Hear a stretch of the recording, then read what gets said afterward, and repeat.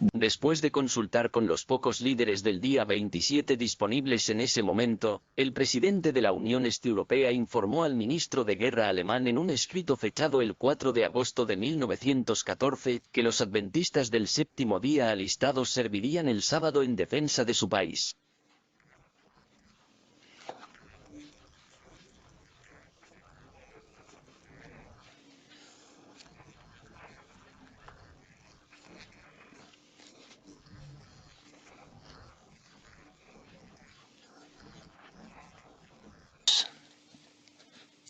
La mayoría de los miembros actuaron debidamente cuando se les pidió, aunque muchos de ellos solicitaron y se les asignaron tareas no combatientes, como en el cuerpo médico o en unidades de la Cruz Roja.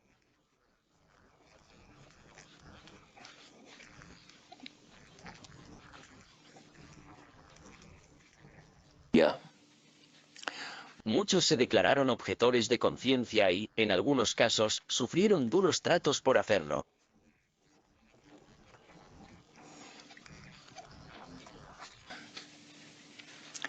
Comentario bíblico de la Iglesia del día 27, volumen 10, página 1183, edición de 1976. 76. Aquí dicen que los adventistas tuvieron que tomar una decisión inmediata sobre este tema de guerra.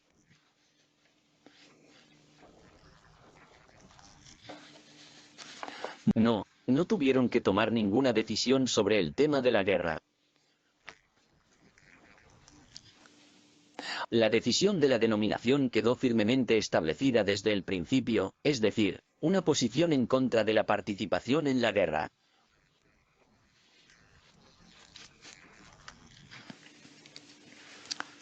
En la misma página del comentario bíblico, dicen lo siguiente: admitimos que los tres líderes adventistas del séptimo día en Alemania tomaron una posición con respecto al deber de los adventistas del séptimo día en el servicio militar que era contraria a la posición histórica oficial sostenida por la denominación mantenida por la denominación desde la Guerra Civil Americana de 1861 a 1865.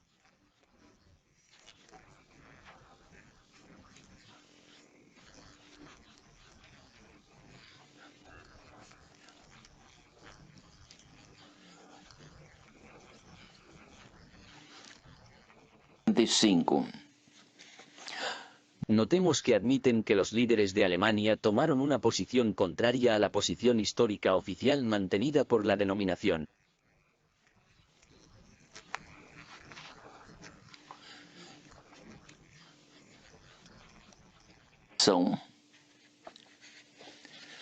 Pero continúan diciendo que adoptaron esta postura bajo su propia responsabilidad en un momento de emergencia, pensando sinceramente que estaban haciendo lo mejor que podían dadas las circunstancias. Pero esto nunca ha sido aprobado ni respaldado por ningún otro comité o consejo de la Iglesia Adventista del Séptimo Día.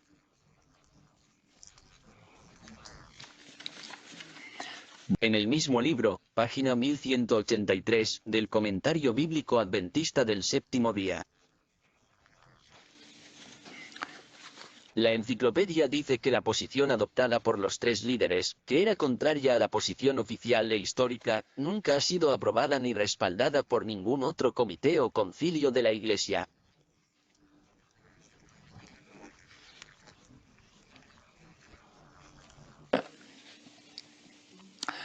Citemos algunas declaraciones de funcionarios de la 27ª Conferencia General para ver si esto es cierto.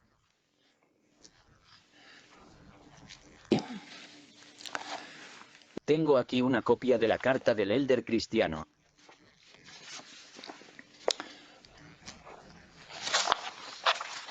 Bien. Este cristiano anciano era miembro del comité de la Conferencia General. Le escribió a otro miembro de la Asociación General, el Elder M.E. Kern. Y aquí, en esta carta, dice lo siguiente. El comité de la Conferencia General examinó esta cuestión durante el Consejo de noviembre de 1915, declarando que daría a los distintos países del mundo la libertad de seguir adoptando por sí mismos esas leyes especiales.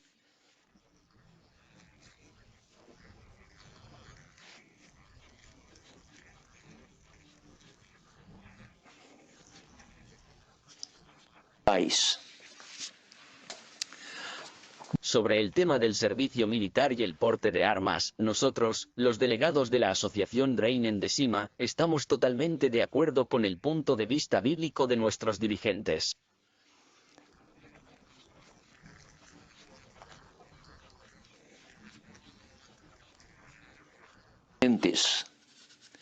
Consideramos que esto es un asunto civil, que los gobiernos establecidos por Dios tienen derecho a solicitar, como se cita en 1 Pedro 2, 13 y 14 y Romanos 13, 4 y 5.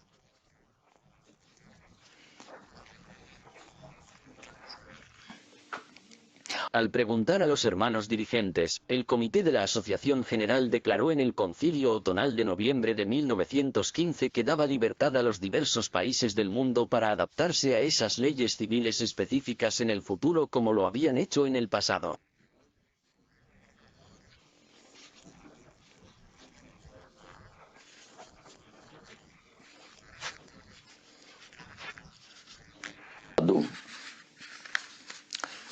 El elder Arthur Daniels confirmó lo mismo, y esto está registrado en el protocolo, páginas 59 y 60.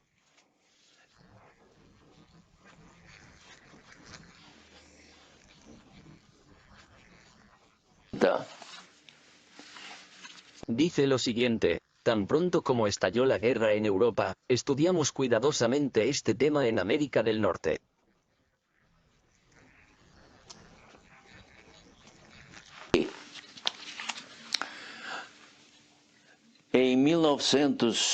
De 1914 a 1918, durante la guerra, al comienzo mismo de la guerra, la Conferencia General envió al elder William Spitzer a Europa para investigar el asunto que estaba ocurriendo allí.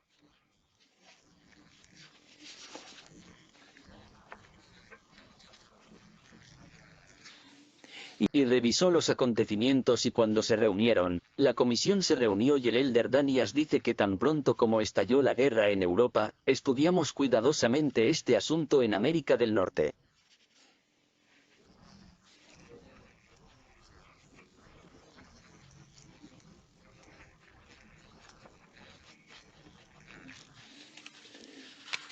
¿Y el resultado? ¿Qué decidieron? En la página 61 del protocolo dice lo siguiente: adoptamos esta resolución sabiendo que cada uno debe actuar en el asunto según su conciencia.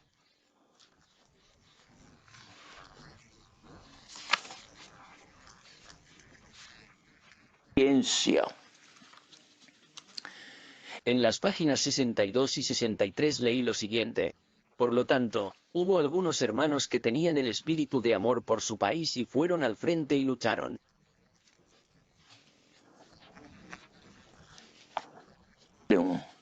Llegaron a Inglaterra y Francia, fueron a las trincheras y no sé qué hicieron allí, pero sirvieron y regresaron cuando se firmó el armisticio.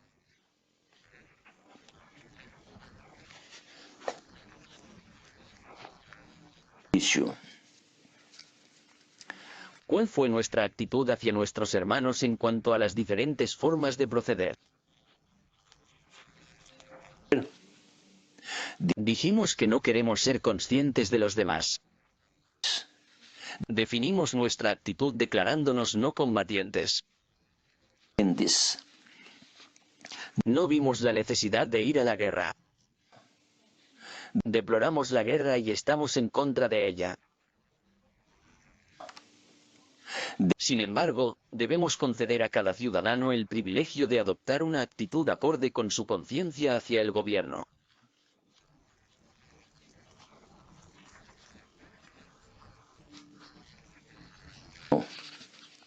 Ninguna de estas personas fue excluida de nuestra iglesia. Ninguno fue tratado como si no fuera cristiano. Nuestros hermanos mantuvieron el espíritu de libertad, el espíritu de amor, tolerancia y misericordia.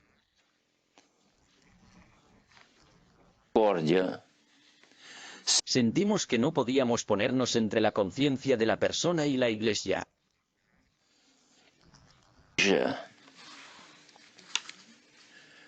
Nótese que los que fueron al frente y lucharon, llegaron a Inglaterra y Francia, fueron a las trincheras y cuando regresaron después de la guerra, continuaron siendo miembros fieles.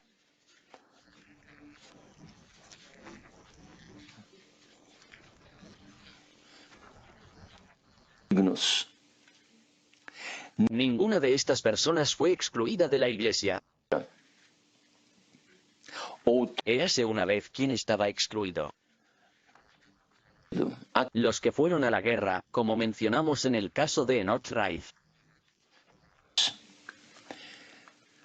Pero entre 1914 y 1918, los que fueron excluidos de la iglesia fueron los que permanecieron fieles a la ley de Dios. La iglesia concedió la libertad de conciencia para que cada uno pueda actuar según lo desee su conciencia.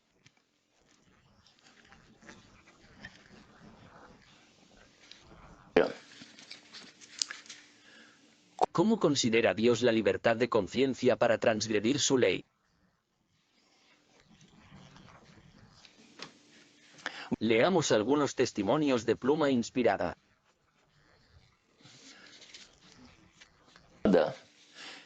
Leí por primera vez en Patriarcas y Profetas, página 634.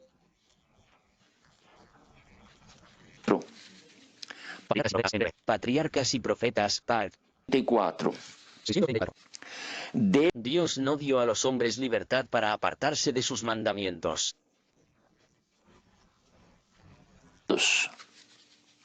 El Señor declaró a Israel: no harás lo que bien te parece, sino guarda y oye todas estas palabras que yo te mando. Deuteronomio 12, 8 y 28.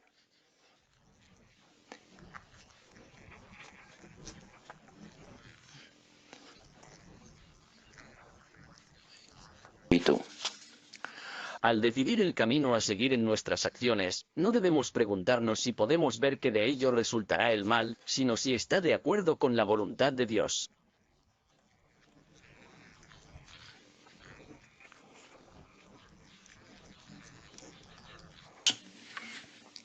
Hay camino que al hombre le parece derecho, pero su fin es camino de muerte. Proverbios 14, 12, citado de Patriarcas y Profetas 634. 34. Otro testimonio dice, en el discurso más grande de Cristo, páginas 51 y 52, eran los hombres libres de apartarse de las exigencias del Señor y establecer una norma de deber para sí mismos.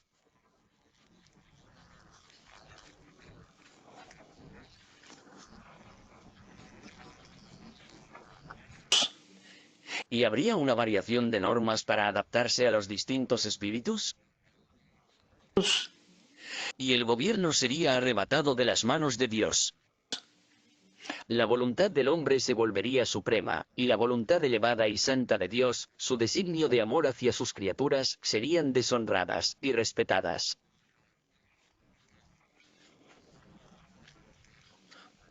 Peitado. Cada vez que los hombres prefieren sus propios caminos, se ponen en conflicto con Dios.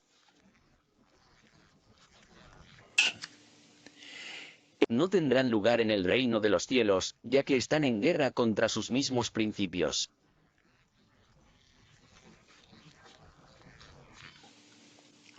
Al ignorar la voluntad de Dios, se ponen del lado de Satanás, el enemigo de Dios y del hombre.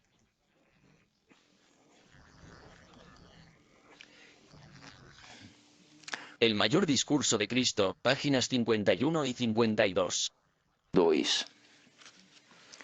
La Iglesia Adventista del Séptimo Día, durante la guerra, dio libertad de conciencia y no solo dio libertad, sino que ordenó a los oficiales que participaran en la guerra.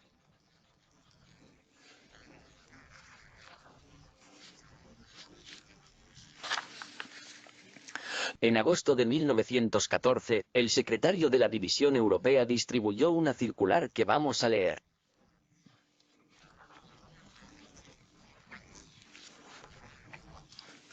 Y aquí una fotocopia original de la carta circular del anciano Gabea.